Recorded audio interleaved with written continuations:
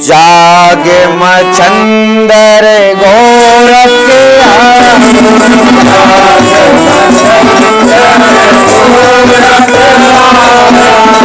जागे मच्छंदर गोरख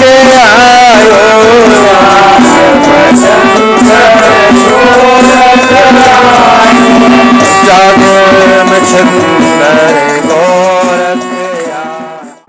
अब कनीफा नाथ और गुरु गोरखनाथ जी, जब कनीफा नाथ गुरु गोरखनाथ जी की आपस में जब दोनों की बहस होती है, तुम पूर्ण गुरु के शिष्य नहीं हो।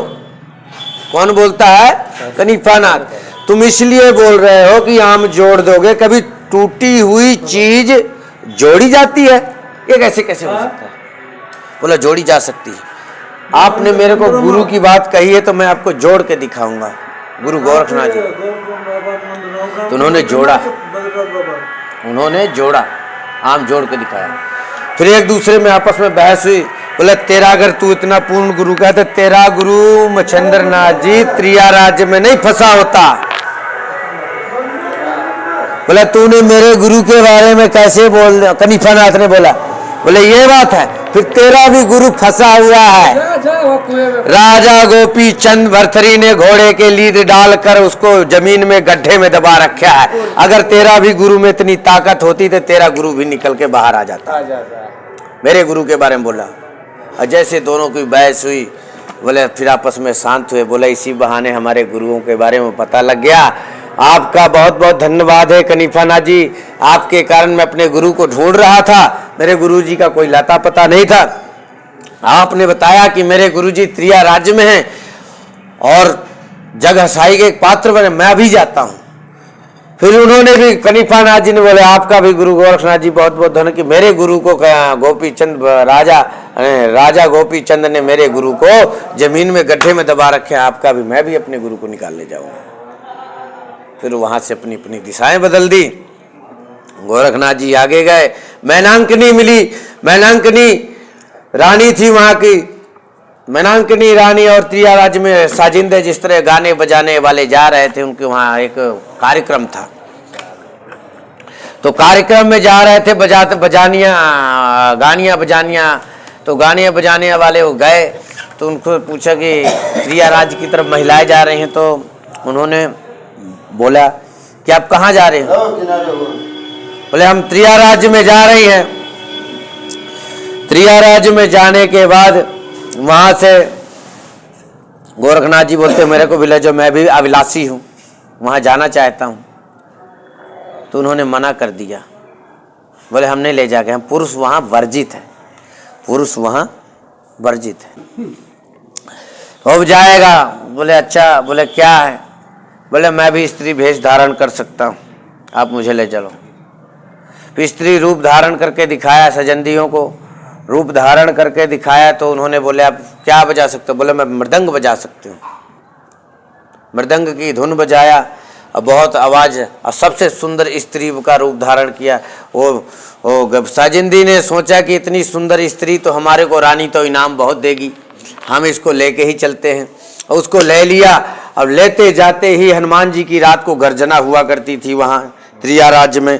हनुमान जी की गर्जना होने के कारण वहाँ कोई पुरुष कोई जीवित नहीं रह सकता था।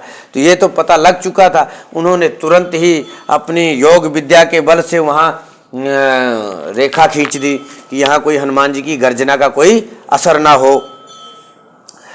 अब रात हुई। रात को हनुमान जी की गर्जना, जैसे हनुमान जी का समय हुआ, गर्जना होने का समय, तो हनुमान जी को एक चोट लगी कि अंदर नहीं प्रवेश हो पाए। देखने लगा कौन है क्या है। तो बुलाया तो देखा आमने सामने हुए। बोला मैं, तुम कौन हो, तुम कौन हो? ध्यान लगा के दोनों ने देखा तो समझ गया मैं अपने गुरु को लेने आया हूँ। गुरु को मैं अपने गुरु मच्छंद्र नाथ जी को लेने आया हूँ मैं। और हनुमान जी को बोला ये बात। हनुमान जी ने ये बात सुनी। बोले मैं ऐसे कैसे ले जाने, मेरे वचनों से रह रहे हैं मच्छंद्र नाथ। फिर राम दोनों का युद्ध हुआ, घना युद्ध हुआ। हनुमान जी मूर्छित हुए, राम जी को याद किया, राम जी प्रकट हुए। राम जी प्रकट होने के बाद राम जी ने पूछा कितने दिन क्या वरदान था? बोले त्रिया रानी को तुमने क्या दिया था वरदान में? बोला तुम्हारे साथ रहेंगे, पर तुम्हारे 12 साल पूरे हो गए हैं। 12 साल त्रिया राज्य में मच्छिंद्र नाथ जी को, परंतु तुमने ये तो वचन नहीं दिया था कि कितने दिन रहेंगे। बोला नहीं, मैनांकनी को सचेत कर दो और तुम वहां से चले जाओ, तुम्हारा फर्ज पूरा हो गया। राम जी की आज्ञा पाकर वो सचेत कर दिया हनुमान जी ने। अब रानी को पता लग गया, साजिंदियां आ गई, बजाने लगी, गाने लगी। रानी भी भयभीत होने लगी, कोई आया कहीं ले छिन, मेरा पति ना मेरे से छिन जाए। अब रानी आई, वहां गाना बजाना होने लगा। तब जैसे ताल सुर चले और मच्छिंद्र नाथ जी राज सिंहासन में बैठे, तो मृदंग की जब धुन चली तो मैनांकनी घबराने लगी। जागे मच्छिंद्र गोरख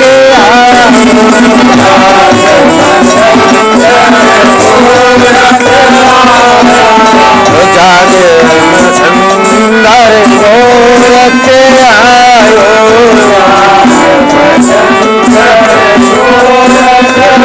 आयो,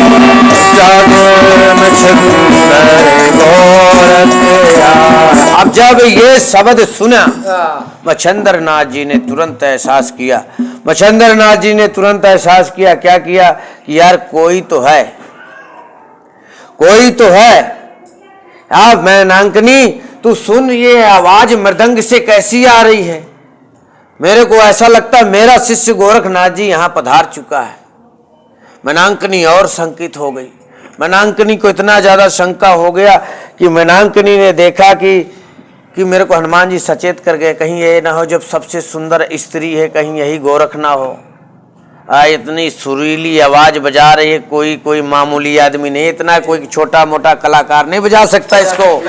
इतना शब्द टू शब्द किसी का नाम पुकारे एक मृदंग, तो समझ लेना कि ये गड़बड़ी है कोई, है ना।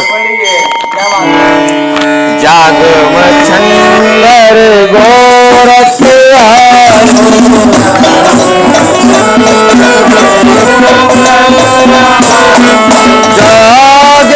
मच्छिंद्र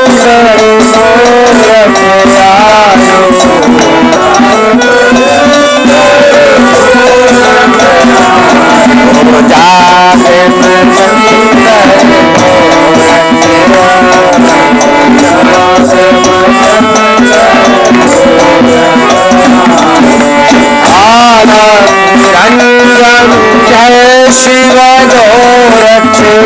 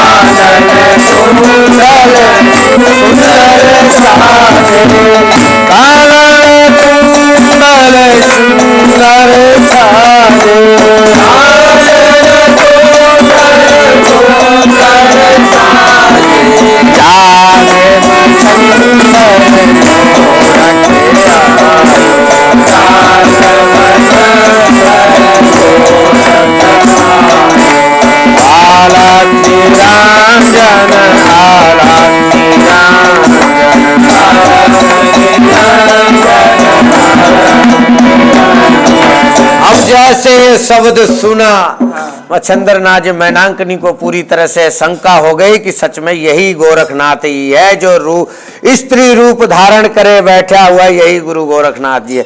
सभी नाचने गाने वालों को सभी को हटा दिया वहां से। हटाने के बाद क्या किया कि सिर्फ बोला तुमको यहीं रहना है।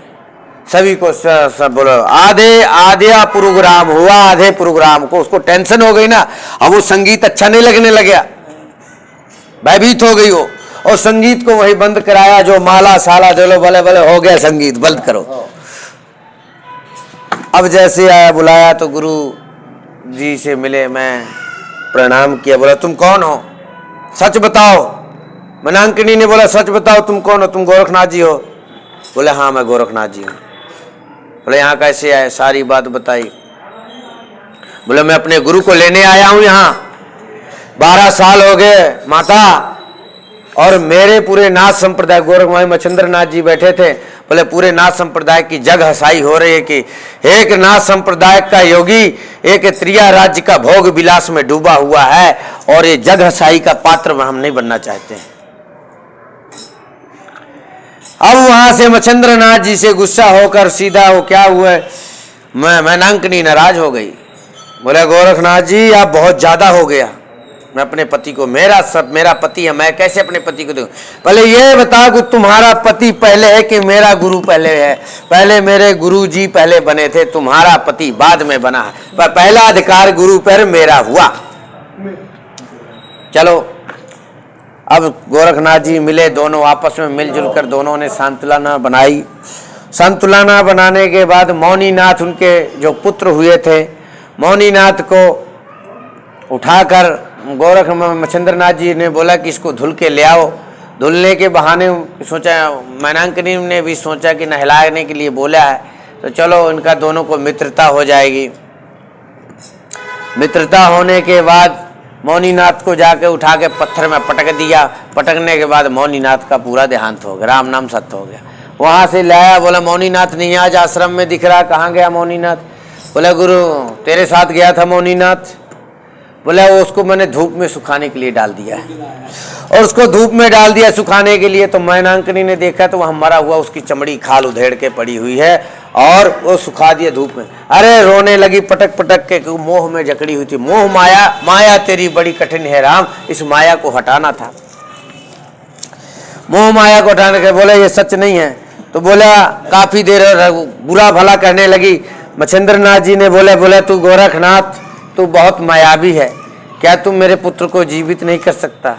बोले हाँ माँ मैं गुरु माता मैं जीवित तो कर सकता हूँ, परंतु ये तुम्हारे को मैं अभी जीवित कर देता हूँ। हजारों मौनीनाथ एक जैसे खड़े।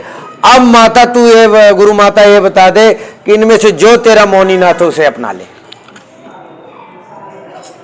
वो मौनीनाथ को पहचान न पाई, ये मौनीनाथ वो मौनीनाथ कहाँ से। गुरु माता बोले गोरखनाथ जी अपनी माया समेट ले, मेरा मौनीनाथ दे दे। बोले माता ये कोई है संसार में कोई किसी का नहीं, मैं तेरा कितनी बार बेटा, तू मेरे कितनी बार बेटी, मैं ये तो ये रीति रिवाज चला, कोई सगा यहाँ किसी का नहीं है, यहाँ हजारों मौनीनाथ। चलो किसी न किसी तरह से प्रार्थना करी और माता से बोला कि मैं अब अपने गुरु को ले जाऊँ। बोले हाँ ले जाना, 6 महीना बोला और रह जाना, फिर इसके बाद चले जाना, क्योंकि वो भी एक रंभा की अवतारिणी थी। उसका श्राप मुक्त हुआ अपने धाम देवलोक में चली गई, और गुरु गोरखनाथ जी मौनीनाथ को ले जाकर अपना प्रमाण। बोले गुरु गोरखनाथ जी महाराज की जय। जागे मच्छिंदर गोरख